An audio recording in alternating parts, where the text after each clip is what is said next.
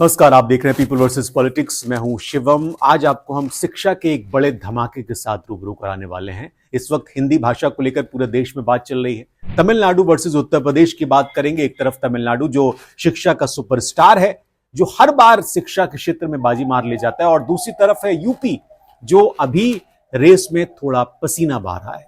क्या होगा जब ये दोनों आमने सामने होंगे, दोनों की भिड़ंत होगी। ड्रामा, एक्शन और इमोशन की पूरी बॉलीवुड फिल्म बनने वाली है। ये सच्चाई है। आपको बता दें कि इस वक्त जो हिंदी भाषा को लेकर खींचतान चल रही है, उसमें जरूरी हो जाता है कि इस खींचतान से ज्यादा कौन सी वो चीज जिस पर बात करनी चाहिए। तमिलनाडु की शिक्षा का जलवा अगर आप देखें तो ये शिक्षा का थलाइवा है। साक्षरता 80.1%, देश की औसत का 74%। तो इसके सामने सारा कुछ फीका पड़ जाता है। प्राइमरी में 99% बच्चे स्कूल में हैं।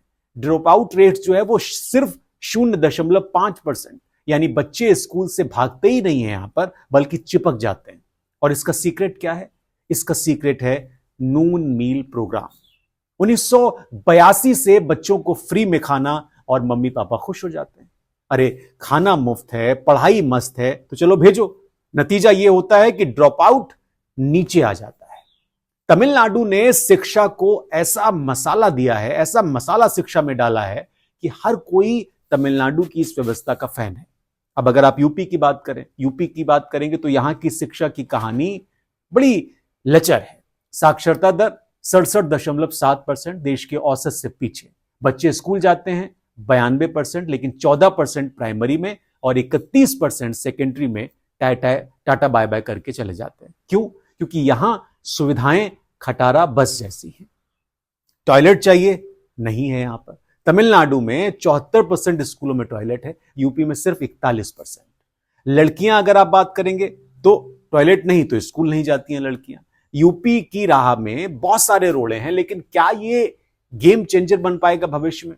वेट एंड वॉच की स्थिति है। क्योंकि तमिलनाडु का मास्टर प्लान अगर आप देखें तो यहां शिक्षा सिर्फ किताब नहीं है, बल्कि शिक्षा सुपर हीरो की तरह है जो सबको बचाने आई है।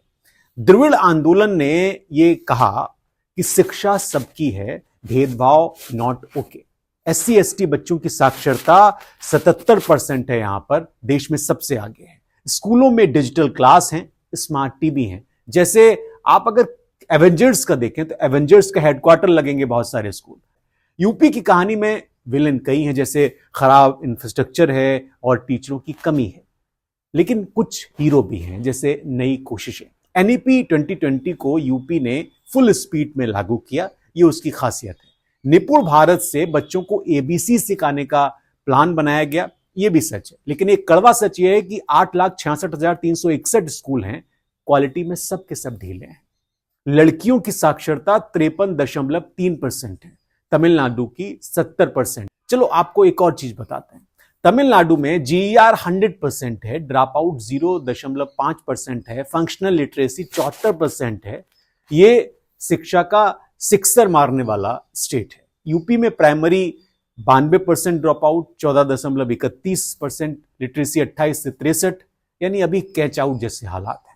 तमिलनाडु में टॉयलेट, टीचर्स, टेक्नोलॉजी सब टॉप पर। यूपी अभी अपनी पिच ठीक करने में लगा हुआ है। इन दोनों में यह फर्क है। भविष्य में तमिलनाडु का जलवा कायम रहेगा, लेकिन यूपी अगर तमिलनाडु से टिप्स ले, कुछ सीखे, जैसे फ्री खाना, बेहतर बजट, तो हिट विकेट से वो बच सकता है। तमिलनाडु अभी बाहुबली है और यूपी अंडरडॉग है। अब आप बताओ, क्या यूपी कभी तमिलनाडु को टक्कर दे पाएगा एजुकेशन सिस्टम में? अपनी भविष्यवाणी कमेंट में करके जरूर बताइए। शायद आपका आइडिया वायरल हो जाए और लोग कहें कि नहीं भाई, ये बात बिल्कुल ठीक थी।